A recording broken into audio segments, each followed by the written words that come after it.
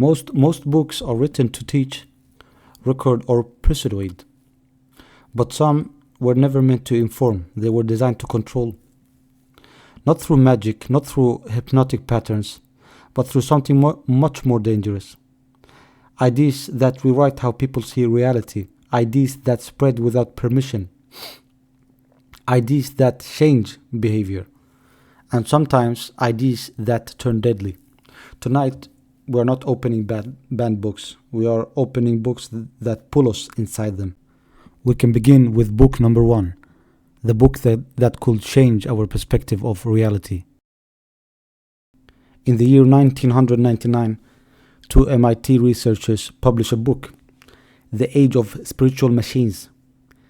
It quietly talks about that one day machines will simulate reality so perfectly we won't be able to tell what's real or what's made. People shrugged it off as sci-fi. Until now. Today, deepfakes, AI-generated videos, synthetic voice clones, and perfectly fabricated identities are everywhere. A video can show anything, anyone, saying anything, and you can never be 100% sure it's real. This book became dangerous not because it was wrong, but because it was right. It introduced a terrifying question. If reality can be faked, who controls the truth? Number 2, the book that inspired death. In 1993, Japan, a small black and white book appeared in local bookstores. It was called The Complete Manual of Suicide. It wasn't emotional. It didn't try to stop self-harm. It did the opposite. It explained with illustrations how to die efficiently. It's like a manual of a company, how to work efficiently, but instead it's death. Within months, suicide rates spiked, especially among teens. Train stations became hotspots, so many people jumped that Japan installed blue anti-suicide lighting, hoping to break the psychological triggering, and governments tried to ban it. Publishers kept printing it. It became one of the most stolen books in Japanese history. And that's when psychologists discovered something chilling.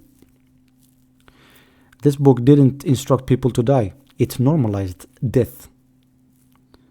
It removed the emotional barrier. And once the barrier is gone, information becomes control.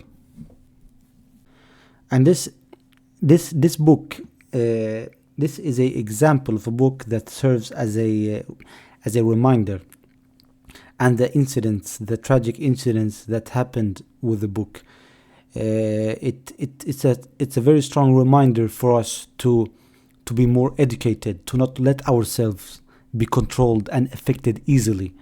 We have to use logic, and we have to learn how to be human beings. Number 3, the most dangerous book of all. We have explored books that sparked revolutions, books that manipulate minds, books that summon things, books that governments hide. But the most dangerous book, it was never written on paper. It's not ancient. It doesn't have pages, and you won't find it in a library. The most dangerous book is the one being written right now. Every second, AI systems are collecting human writing, human history, all human IDs, and rewriting them. Books used to teach people. Now, books teach machines. And AI, it doesn't just read. It learns, it modifies, it builds. And one day, it may decide which ideas humans should never see. Because the most powerful books in history didn't just change what we know. They changed what we believe is possible. And that is the real danger. And we have to know We have to really remind ourselves about something. Everything that we write, everything that we chat about in the with the AI. Don't think that it just disappears. Everything or most things get saved, and it will end up in a database that reflect us, and that is very unsettling. Number four, the book that erases identity. In the 1990s, a Japanese called Aum Shinrikyo produced a set of meditation manuals. They weren't religious scriptures, they weren't philosophical, they were instructional, designed to break identity. They used sensory deprivation, oxygen restriction, trance cycles, and repetitive sound patterns, not to help people, but to erase them. In 1995, the group carried out the Tokyo subway sarin gas attack, killing 13, injuring 6,000. When investigators raided their compound, they didn't find weapons or manuals for weapons. They found books, binders, handwritten consciousness rewiring guides, exercises that induce obedience, techniques that cause hallucinations, books designed to remap how the human mind follow orders. These books did not inform, they overwrote. Number five, the manuscript that might not be human. And I strongly advise not to read this book. There is something I used to say. The pursuit of knowledge does not always necessarily mean the best. Sometimes there are knowledge that are not meant for us to learn, bad knowledge. So I strongly advise to be very careful and very mindful of when you're searching for knowledge. Discovered in 1912, carbon dated to the 1400s, the Voynich manuscript, written in an unknown script, filled with diagrams of planets that don't exist, constellations that don't match Earth's sky, and language patterns that do not follow any known human structure. NASA linguists examined it.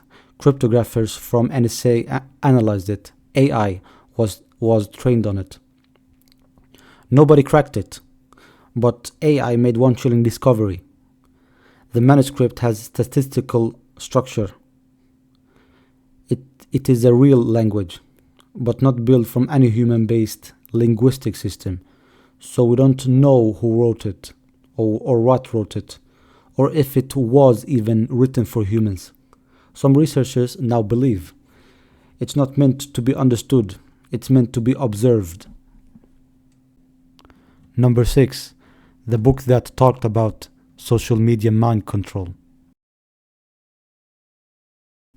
In 1950, mathematician Norbert Wiener wrote a book, The Human Use of Human Beings.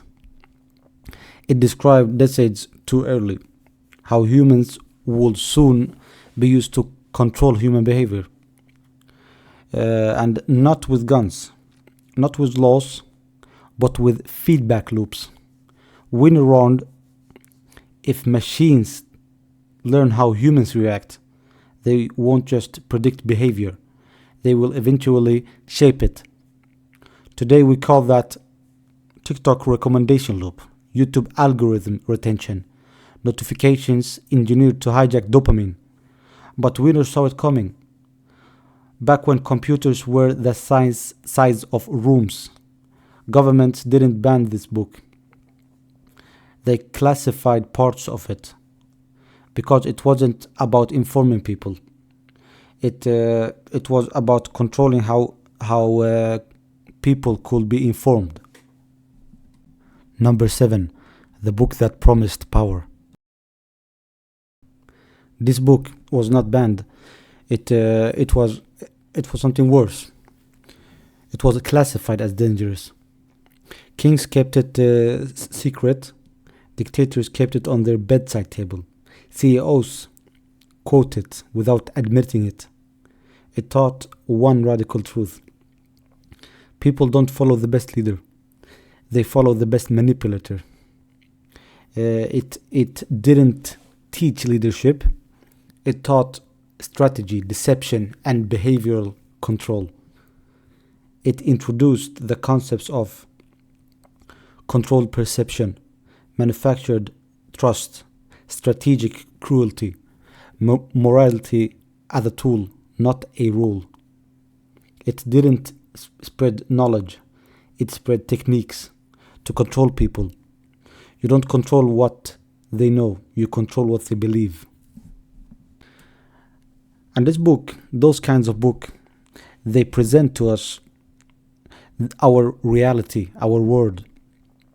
What type of people really exist? There are really people out there that read those books and try to do those bad things in the best way possible.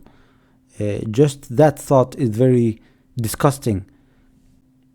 So what makes a book dangerous? It's not the ink, not the paper. It's the idea that enters a mind and never fully leaves. Some books teach, some books persuade, but a very rare few rewrite. Rewrite how we see ourselves, rewrite how we behave, rewrite what we believe is possible. Books written to control do not spread like information, they spread like viruses, quietly, quickly, and often permanently. And in the age of artificial intelligence, these books are no longer just read. They are trained on, consumed by machines, and fed back to humans through code. Maybe the most dangerous books haven't even been written yet. Maybe they are being generated right now.